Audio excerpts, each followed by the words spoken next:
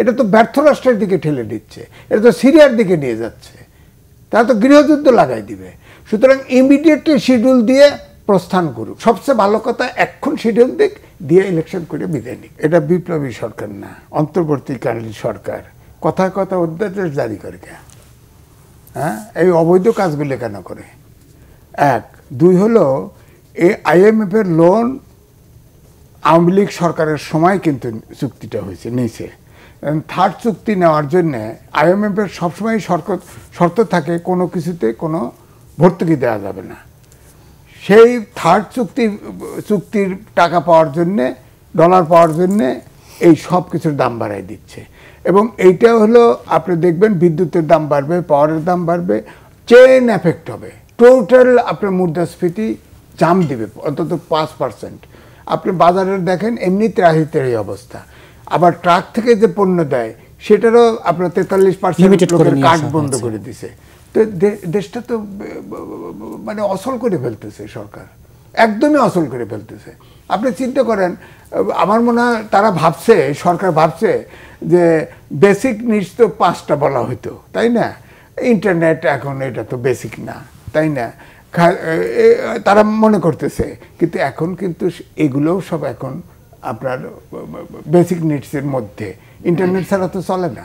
কিন্তু অর্থ উপদেষ্টা তো দাবি করছেন, তিনি গত 2-3 দিন ধরে আমাদের সাংবাদিকদের প্রশ্ন জবাবে বলছেন যে তারা যেই শুল্ক কর যেই জায়গায় বাড়িয়েছেন এটা সাধারণ মানুষ খুব একটা নাকি ভুক্তভোগী হবেন না। আপনারা শোনেন, এই যে ভ্যাট আপনি আমি ফাঁকি দিতে পারি, রিক্সাওয়ালা ফাঁকি দেয় না। ও বোঝেও না যে ভ্যাট দিচ্ছে। ও যখন বিড়ি খায় ওই ভ্যাটটা কিন্তু আগেই দেওয়া হয়ে যায়। মোবাইলে যখন কথা বলবো, মোবাইলে যখন কথা বলে ভ্যাট অটোমেটিক চলে যায়। সুতরাং ভ্যাট কিন্তু এটাকে বলা হয় ইনডাইরেক্ট ট্যাক্স, তাই না? যদিও ট্যাক্স, তো ভ্যাট কিন্তু যাচ্ছে। শুল্ক যে কমাচ্ছে, শুল্ক আমদানি করার জন্য কমাচ্ছে, সেটার বেনিফিট ম্যাক্সিমাম নিয়ে যায় ব্যবসায়ী, সাধারণ মানুষের। তারপর মার্কেট জাম্প দিচ্ছে। এখন ধরেন ভেজিটেবলের সিজন, যার ফলে ভেজিটেবল একটু শান্ত ছিল। এখন আপনার এই ট্যাক্স ভ্যাট বাড়ানোর পরে দেখবেন এটাও দাম দেবে। মাছ আর ভেজিটেবল তো এখন দাম কমে, একটু কমছিল, অলরেডি বেড়ে গেছে। তাহলে অন্তর্বর্তী সরকারের কাছে আপনার কি দাবি থাকবে? আমার দাবি একটাই, চলে যাক, পারতেছে না এরা। দাবি তো একটাই, দ্রুত ইমার্জেন্সি ইলেকশন দিয়ে দিক।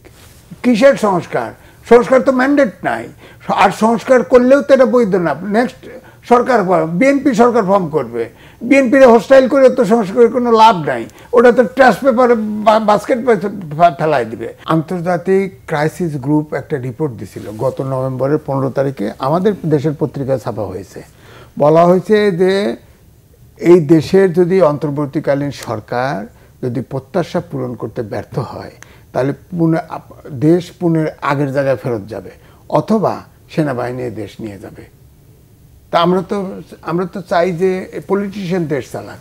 সুতরাং আগের জায়গায়ও চলে যাবে এটাও চাই না, সেনাবাহিনী নিয়ে যাবে এটাও চাই না।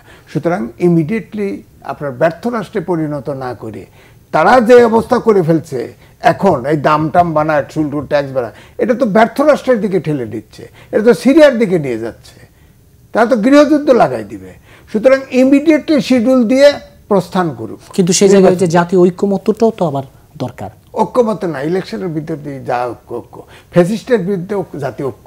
10 তারিখে দেখাইছে না, 10 তারিখে যখন নূর হোসেন দিবসে যখন শেখ হাসিনা বলছিল না যে ট্রাম্পের ছবি নিয়ে মিছিল করো, ওইটা অপমান করলে এটা পাঠাই দেবো, হয়েছে তো। তখন তো ওই ছাত্র, বিএনপি, জামাত সব নাম ছিল, ঐক্য আছে, ফ্যাসিস্ট সরকারের বিরুদ্ধে ঐক্য আছে। এদের ব্যর্থতার কারণে এখন এরা হচ্ছে, আমার গ্রাম দেশে বলে ফাটাবাসের চিপায় রাজনৈতিক দল পড়ে গেছে। কারণ হচ্ছে এই সরকারকে ফু দিলে চলে যায়, আর ফু দিতে পারতেছে না, গেলেই রাজনৈতিক ভ্যাকুয়াম তৈরি হবে, অন্যরা এসে লয়ে যাবে, সরকারের ব্যবস্থা লয়ে যাবে। এই জন্য ফু দিতে পারতেছে না, সহ্য করতে পারছে না। সুতরাং সবচেয়ে ভালো কথা এখন শিডিউল দিক দিয়ে ইলেকশন করে বিদায় নিক।